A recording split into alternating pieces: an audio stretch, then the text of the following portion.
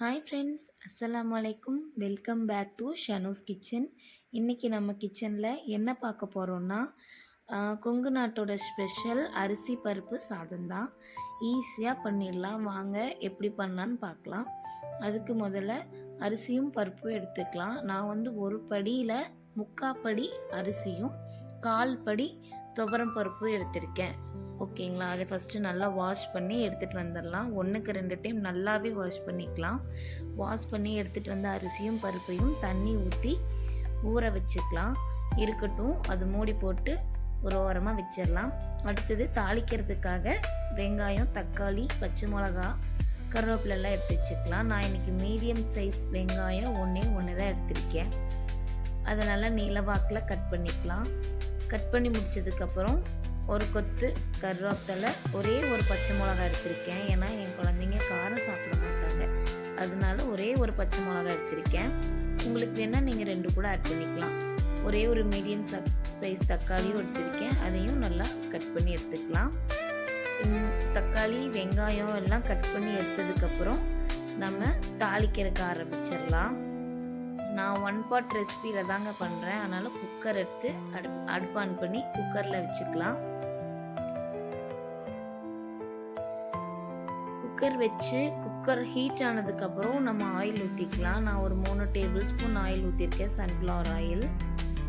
எண்ணெய் நல்லா சூடானதுக்கப்புறம் கடுகு போட்டுக்கலாம். கடுகு நல்லா பொரிஞ்சு வந்ததுக்கப்புறம் கொஞ்சமாக சீரகம் போட்டுக்கலாம். நான் ஆல்மோஸ்ட் எல்லாத்துலேயுமே சீரகம் ஆட் பண்ணிப்பேன். சீரகம் வந்து ஆப்ஷனல் தான், உங்களுக்கு வேண்டாட்டி நீங்கள் ஸ்கிப் பண்ணிக்கலாம். கருவேப்பிலை போட்டுக்கலாம். கருவேப்பிலை நல்லா பொரிஞ்சதுக்கப்புறம் பச்சை மிளகாய் எடுத்து இல்லையா ஒன்று, அதையும் ஆட் பண்ணிக்கலாம்.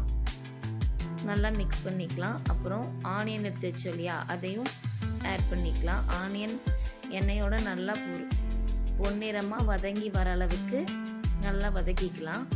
அதுக்கப்புறம் கட் பண்ணி வச்சுருக்கோம் இல்லையா டொமேட்டோ, அதுவும் சேர்த்துக்கலாம்.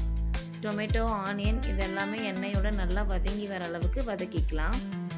நல்லா வதங்கி வந்ததுக்கப்புறம் நான் 1 டேபிள் ஸ்பூன் சாம்பார் தூள் சேர்த்துருக்கேன்.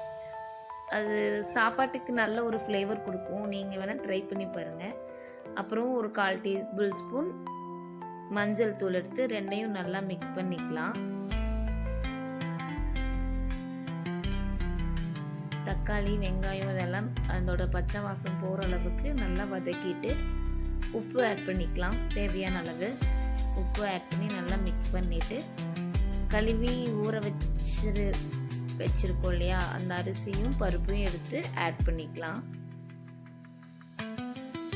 அது நல்லா அந்த மசாலாவோட மிக்ஸ் ஆகிற அளவுக்கு மிக்ஸ் பண்ணிக்கலாம். ஃபுல்லாக மிக்ஸ் பண்ணதுக்கப்புறம் 1 படிக்கு 2 படி தண்ணி அப்படிங்கிற கணக்கில் நான் இன்றைக்கி எடுத்திருக்கேன். அந்த தண்ணி ஆட் பண்ணிக்கலாம்.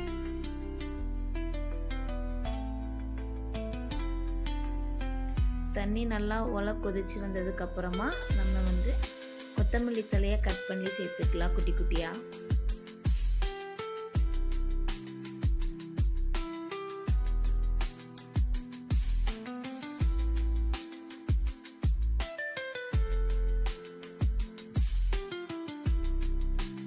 அதை நல்லா மிக்ஸ் பண்ணிக்கலாம். மிக்ஸ் பண்ணதுக்கப்புறம் குக்கர் மூடி போட்டு நம்ம மூடி வச்சிடலாம்.